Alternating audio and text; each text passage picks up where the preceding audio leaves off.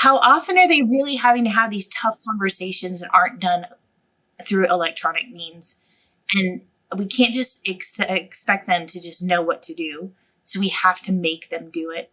And that's, making them have these critical thinking moments. And I think that we need to do that to develop those skills before they get in with the surgeon that they're intimidated by, or the nursing and surgical teams that have been doing this for 30 years and don't maybe communicate well with it.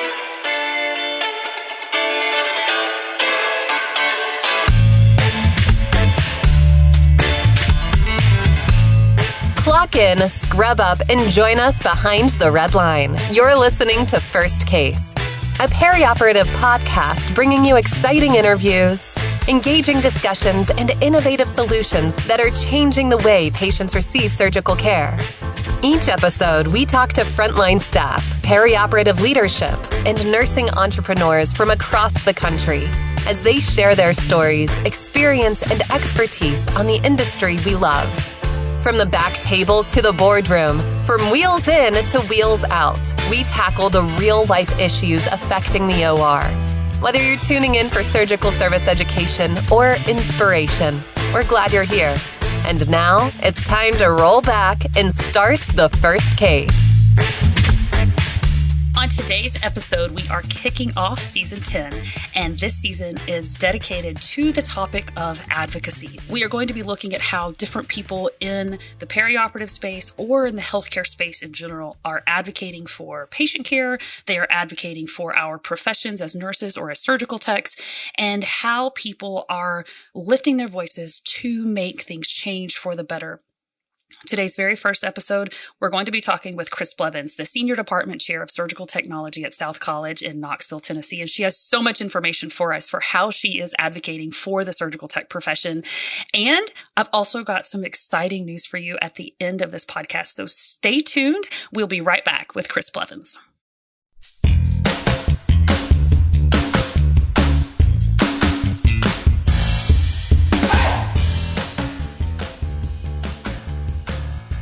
From the studios of Healthcare HQ, you're listening to First Case.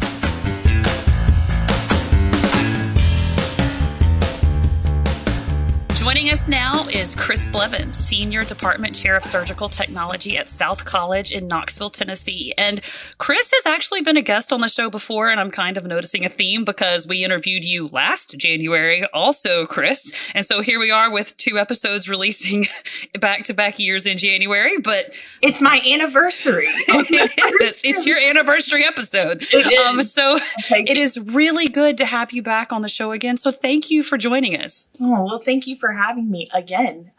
Yes. Yeah, I am so excited. It was definitely a privilege the first time, and it's even more so one now. And it's developed into a friendship too, which I'm so grateful to have gotten to know you and the whole team. So yeah, I just look forward to just an exciting episode with you today. It's going to be fun. I'm so excited. But just in case someone listening has not heard your background before, knows anything about you, why don't we start with that and just share a little bit of your background with everybody for us? Sure. Gosh, I'm a trauma scrub, first and foremost, forever and ever will be. But I'm a certified surgical technologist, and I have been in education for 8-ish years now. Used to be in Texas at Tarrant County College, and now I am in East Tennessee, but I am over 7 different surgical technology programs. So South College has got campuses all over. So lots of traveling, as I'm sure you understand. Oh, yeah. But yeah, I have a little podcast called The Scrub Life, and do a lot of national work for our professional organization, AST, and am a mama and a general hot mess. No, I'm busy, but filled with lots of joy, and I get to know some pretty amazing people. So it's a good life, good run so far. Oh yeah, definitely. I think we can all understand the feeling of being on the Hot Mess Express several days out of the week, every week. It's just part of our lives, part of our jobs, part of having multiple things going on in our lives. But this season, We're going to be talking about advocacy. The entire season is looking at advocacy through different lenses, through what different people are doing to advocate for their profession or for our profession or for nursing or healthcare or surgical techs in general.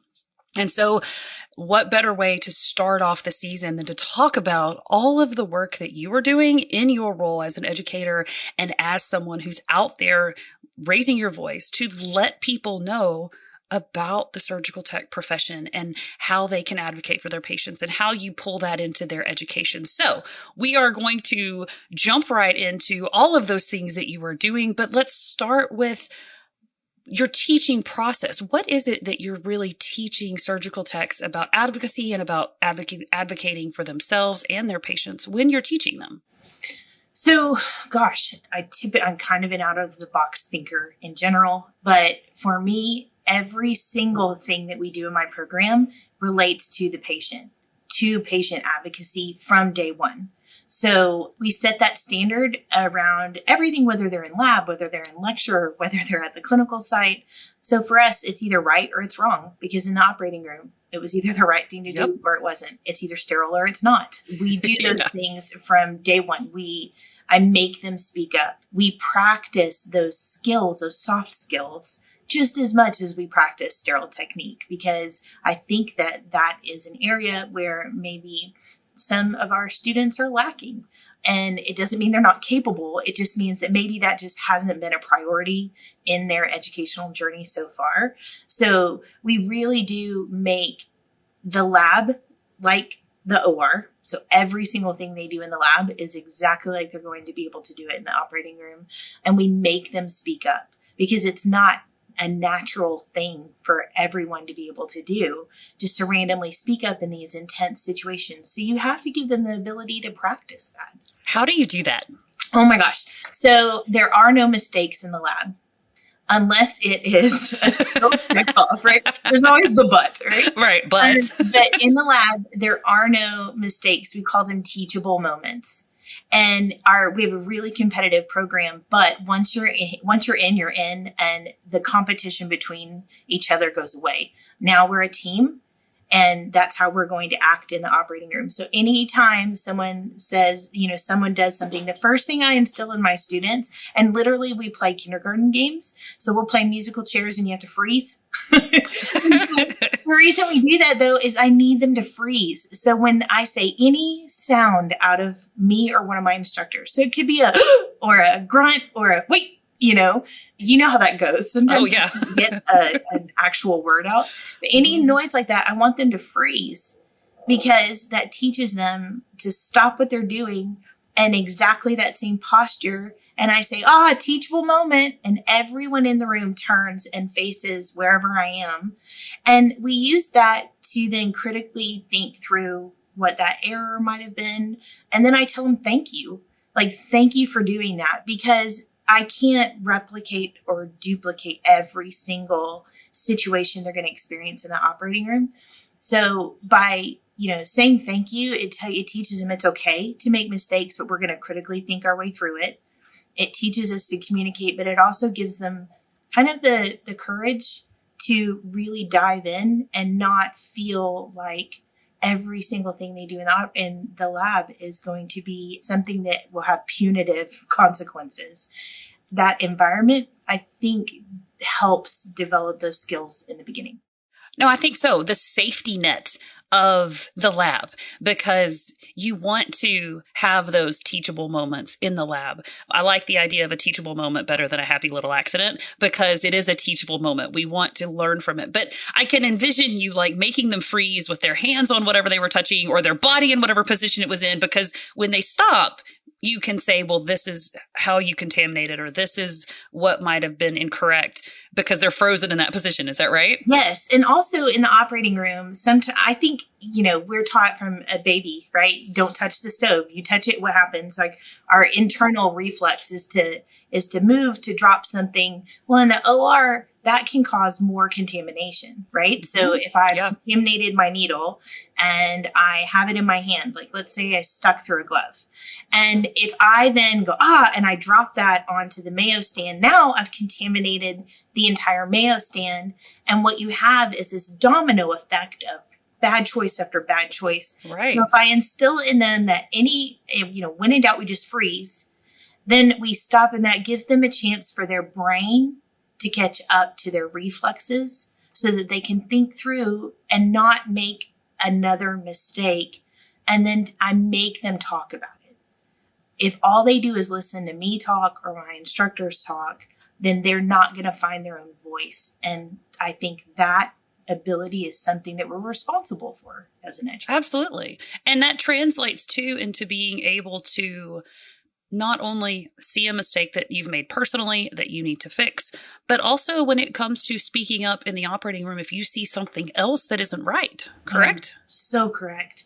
We have a culture, especially after 9/11 and, these last 20 years, to see something, say something. Right. And so I think we've got that message down really clear, but I don't think it's enough. Just like in the lab when we're teaching our students a setup, we run through everything. Well, you've seen it in the operating room. We go really, really fast. And that can be something that is very overwhelming for a scrum in general, God forbid a brand new student. So if we break things down into small bite-sized steps, that is the key, I think, to people actually understanding not just the what, but the why. And I think we have to do the same thing with the term for advocacy. So in the operating room, in the lab, in the classroom, it's breaking it down and having those baby steps so that they learn not just that they have to say something, but how to say it and what to say. Oh, yeah. I think that's really important. That is so important. And you really hit the nail on the head with advocacy in general, because it's not just that we know something needs to be said. Well, how do we say it? Why are we saying it? Why are we lifting our voice in the first place to point out something that needs to change or to make something better? And how do we communicate that issue so that other people understand that it's a problem, right? Well, and we're in a world where everything is texting, right? I think those skill sets that maybe for my generation were really hard to learn, this tactile, hand-eye coordination, because I was not a gamer.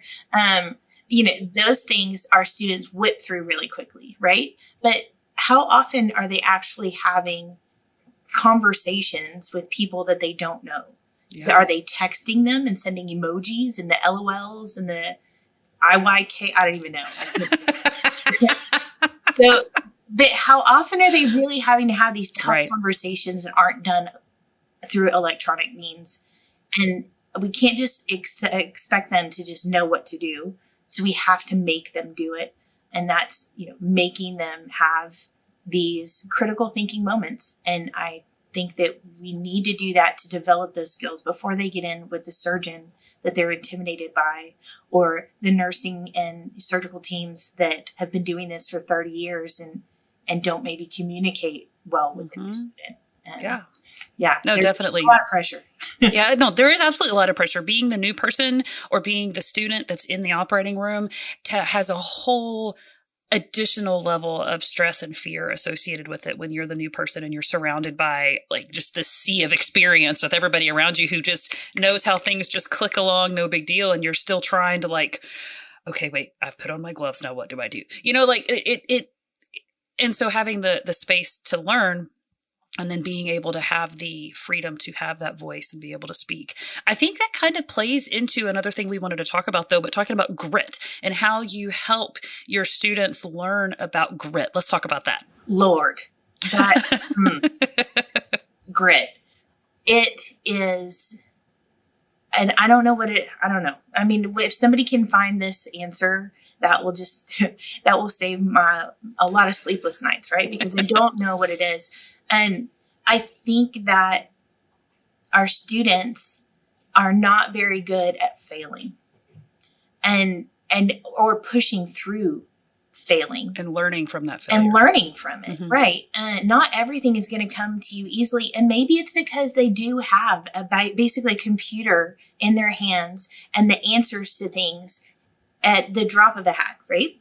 Right. And when you're faced with situations where maybe you aren't the best in the room, maybe you are struggling, maybe you're tired, maybe you failed an exam, just there are so many different times where in our program, and not just mine, gosh, I think anybody that is going through an educational program can understand this, but there are moments where the second they don't do well or it doesn't come easily, they want to quit. And you can't do that. Number one, you're never going to make your life any better. Like, you're never going to get stronger. And number two, if we give them the opportunity to just walk away, that isn't going to do them or their patients any good in the OR. Because as you know, we have really tough situations in the operating room. The patient could not be doing well. The surgeon could be frustrated. And, no one has the answer at that moment. And we're trying to fight through a tough situation. In that moment, you can't just be like, too much. I don't know what to do. I'm going to go home. That's right. called patient abandonment. Exactly. No. It's a really bad day, So you can't do that. You can't walk away from your patient. You can't walk away if a surgeon is upset, and you can't fall apart. Let's say you did have a bad surgery and, maybe you did make a mistake. That next patient deserves 100% of you. 100%. Yeah. 100%. And you have to be able to compartmentalize and get through that next surgery and treat that patient like you would want your family treated. And we have to teach those things. Nobody's mom on an operating table deserves to be the guinea pig while you figure it out. So I agree. There is, I think, that responsibility for educators before our students go to clinical too. Absolutely. I'm just sitting here like cheering you on. Yes, this is so good. Thank you. Yeah. But so that translates then though into specific tools that we can give our students to have in their personal toolbox, so to speak, to be able to do this. So what tools do people need? The first one I think is freeze. I'm when in doubt, freeze. The second one is I tell them use every single moment as a learning moment, and no one wants to be attacked, right? No one wants to be accused, especially not by a student. Mm-hmm. And so I think that teaching them the right tone of voice, to always have an inquisitive voice as opposed to a domineering, wait till I tell so-and-so. Yeah. It doesn't go across the same for sure. No, right. So we teach professionalism to our students. Our students actually have professionalism points every quarter. And it's to teach them those things, how to communicate, how to come in prepared, how to be a good team member, how to communicate professionally. If you see someone contaminate a glove, there is a way. You can't just say, well, Susie Q, you just brushed your glove up against whatever. That might not come across well. But if I say, Miss Susie, I think your glove may have brushed up against an IV pole. There's a way to say that where you are, you are still in your place, but you're still speaking up, because unfortunately in the operating room, I think we eat our young. Yeah, absolutely.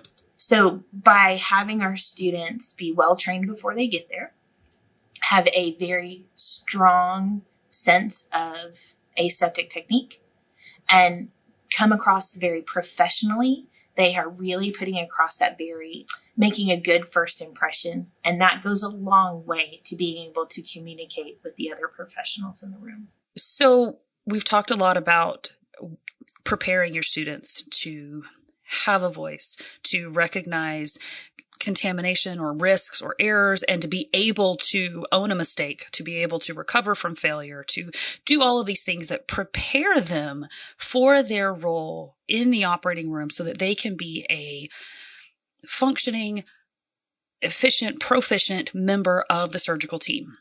But let's talk about the elephant in the room when it comes to our surgical techs in our operating rooms, who often get into the OR and find that they are at the bottom of the pecking order, or they are feeling like they are being treated as a lesser, quote unquote, member of the team, even though they're not. They are 100% an equal part of the surgical team, but that's not always the perception that they perceive. Or the reality that they experience. So how are you helping your students address that issue? I think there are some definitely things that I do on purpose to instill that, I think directly speaking to them about that issue and not letting it be, the big elephant in the room. Like, we're going to talk about it and you're going to know from day one what you're putting into it. So on that note, we do talk about how long they are taught aseptic technique in so many other arenas. I mean, God bless the med students, but no way are they getting near my back table or they're going to put on their own gown and gloves. I don't even want them opening it because they've not received that training. Right. And then they got 1 hour introduction, maybe, if they got anything. Yeah. Nursing students, there are very few programs where nurses are allowed to be in the operating room for an extensive period of time during school.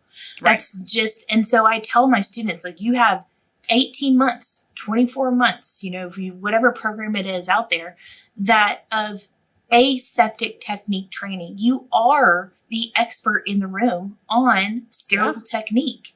Absolutely. And when you tell them that, I think that it's a little eye-opening. And I also think that I walk the walk. So they see me advocate for our profession. I think that the things I do outside of the classroom and outside of South College, I think that I try to be a very good example for advocating for our profession. Sometimes I get it really, really right, and sometimes I don't. It's a teachable moment. That's teachable moments for everybody. That's okay. Yeah. But I think, so I bring students to national conference. I bring them to our state conferences and workshops. We have people come in. All of those things show them that you're not training for a job, you're training for a career. Absolutely. And so therefore you need to behave as though you are a professional. And the more they present themselves as a professional, both through their behaviors and their ability to communicate, the more respected they are by their peers. And that being said, someone's going to respect you a heck of a lot more if at the end of the case, you go get that mop and bucket and you help turn over and you do whatever it takes, as opposed to, running to the bathroom or the break room or, oh, well, that's not my job. Or, oh, yeah. Don't ever say that. No, don't ever say that, right? And my students, the second, I don't need that case. Oh, Lord, that'll get me. I'm going to be ran into. Get Chris all fired up. No, you're doing that case now. Yeah. I'm like, guess how many times yes. You're going to be proficient at that case real quick. Oh, man. Yeah, that's my favorite. I've already been with that surgeon. Oh, that's my. Let me introduce you to this surgeon again. Exactly. Yeah. In fact, we're going to get to know the surgeon really well. Really well. No. Yeah. I mean, it helps. It helps us. It helps our students. It helps all of us remember that the words we say matter and the attitude that we bring into our jobs day in and day out 100% matters. But you mentioned something that I want to hit on because we're getting close to time to be done. Unfortunately, it goes by so fast. But you were talking about the things that you were doing outside of your job at the school to advocate for the surgical tech profession. And I want to give you an opportunity to kind of talk more about that before we wrap up. So what have you been doing? Especially, I want you to hit on your opinions and feelings on the technician versus technologist versus educating on the surgical tech title in general, please. Yeah. So out of the box thinking, right? This is very opinionated. I have to always preface that this is Chris Blevins' opinion, not the opinion of any of the nobody else's of the associations that I serve, right? But there is a problem. We have a shortage right now of surgical technologists across the nation, and there is a problem with the fact that we do have that kind of assumed hierarchical track in the operating room that is not real. And then also, nobody knows who we are. You are drugged when you come and see me. I look like a ninja. You are drugged when you leave me. Yeah. And so no one knows what we are. So there's this huge push, right? Oh, we need the general public to understand what a surg tech is. And then there's another push because just the term tech, right? It's a technologist. And there truly is a difference between a technologist and a technician. The best way I say it is, okay, I love to cook. Like, that's my happy place. It keeps me from killing students. Like, it's a really right? You should cook a lot. I should. I cook a whole lot. Yeah. My staff has fresh bread today. Eating on. So, I wish I was nearby. Right? Come on down. But so I always say, like, I love that. And I am a good cook, but I am not a chef. Right. A cook can follow a menu. They can follow directions. A chef creates a menu. They know the why behind the what. And that's the best way I can describe the difference between a technician and a technologist. So the technologist is the chef and the master in the room, right? But how are we going to completely change the viewpoint of, millions of people in the United States? We're not. So I think it's our credential, not the education, not the curriculum, not the exam. I just think it's the word technologist. And I think maybe if that trademarked term was somehow adjusted, that plus a huge marketing campaign, maybe some podcasting on what our profession does. Yeah, definitely. Maybe a combination of those things will help the general public understand that we are specialists, that we are experts, that we are not just a tech. And I hate hearing my own colleagues say just a tech. We got to change that viewpoint. I think that everyone has very good intentions, but I think maybe we need to flip the script a little. And I don't think it could hurt. So that's part of what gets me on my soapbox. And I want our profession to thrive. I don't want my colleagues in the operating room to be on call all the time and to be exhausted or to burn out or, God forbid, be, I think, jaded and make a mistake that could hurt a patient. And we've seen all of that. And so, I try my best to be a voice for that change, and I too don't want to burn out, and I don't want to give up on my profession. I don't want anybody else to, but we got to do something different.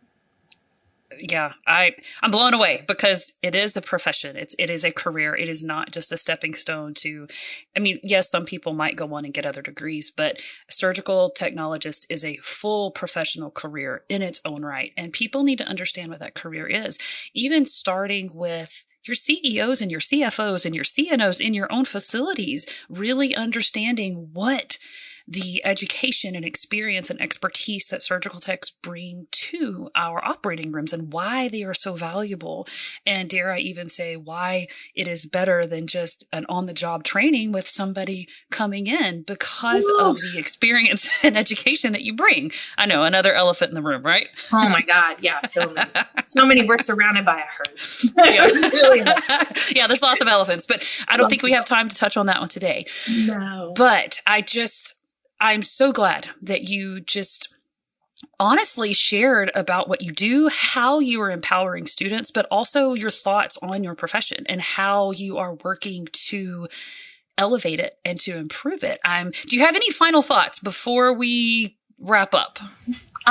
No, just that maybe whoever's listening to this isn't a student, but is already in the operating room. I would say, please help my students learn how to advocate. We are tired and we need people in the OR. And so maybe don't eat them yet. Yeah. Please. Yeah.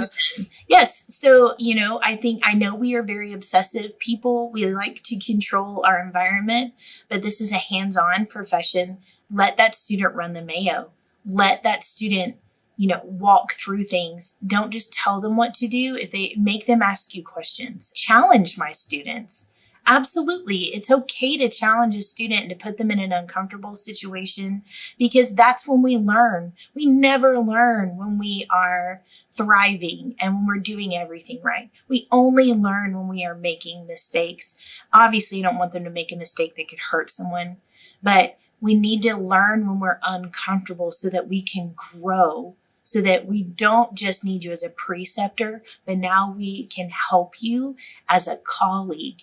And that's what the goal is, but I can't do it alone.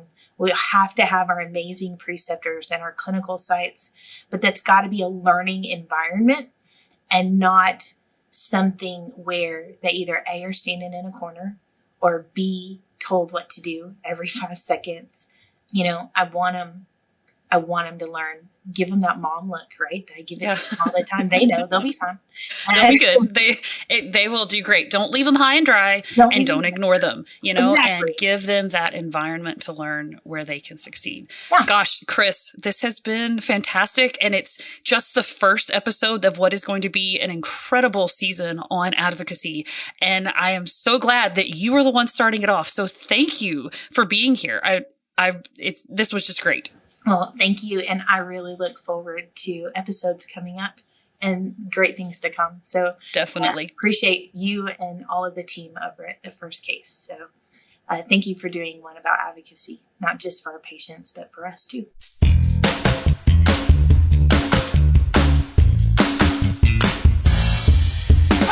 And that is going to wrap up our first episode of season 10 on the First Case podcast. And I have been sitting on some exciting news this whole interview because a dream of mine since we started this podcast, it is a perioperative podcast, which means it is addressing all sorts of issues in the perioperative space, which means it can't just be a nursing podcast because our surgical tech counterparts are just as much part of the operating room as we are. And Chris, as the scrub tech extraordinaire expert that she is, she has agreed to join us as a host for this season on the podcast. And we are going to have the voice of the OR nurse, the voice of the scrub tech together on this podcast to really, really talk about advocacy. And I am so excited, Chris, that you are going to join us. I'm back. I am so stoked. This is going to be amazing. And gosh, the lineup of people that you have for this season and the things that we're going to talk about, how could I not be a part of that? It's going to be wonderful. And I hope everyone listening takes away something amazing, from every episode. Oh, I'm so excited. So stay tuned, buckle up, whatever you need to do, because this is going to be a fantastic season. Stay tuned to learn how you can advocate, how other people in our profession are advocating, and learn what they are doing to better our profession, to better the care for our patients. And from all of us here at First Case, thank you for listening to this week's episode. Thank you for listening to this week's episode of First Case. As a reminder, you can help support us by subscribing to First Case on your favorite podcast app or by downloading the smartphone app on iPhone or Android. Simply search for First Case in the App Store or Google Play. The best thing about downloading the smartphone app is that you can access bonus content for certain episodes and view episodes in certain categories, like articles on the go and vendor spotlights. Are you following us on LinkedIn or Facebook yet? If you are and you love an episode or post, then let your social network know about it. Like, comment, or share our posts along with your thoughts and keep the conversation going. If you have any topics or guests that you would like to recommend for a future episode, just send us an email to info@firstcasemedia.com. We look forward to hearing from you.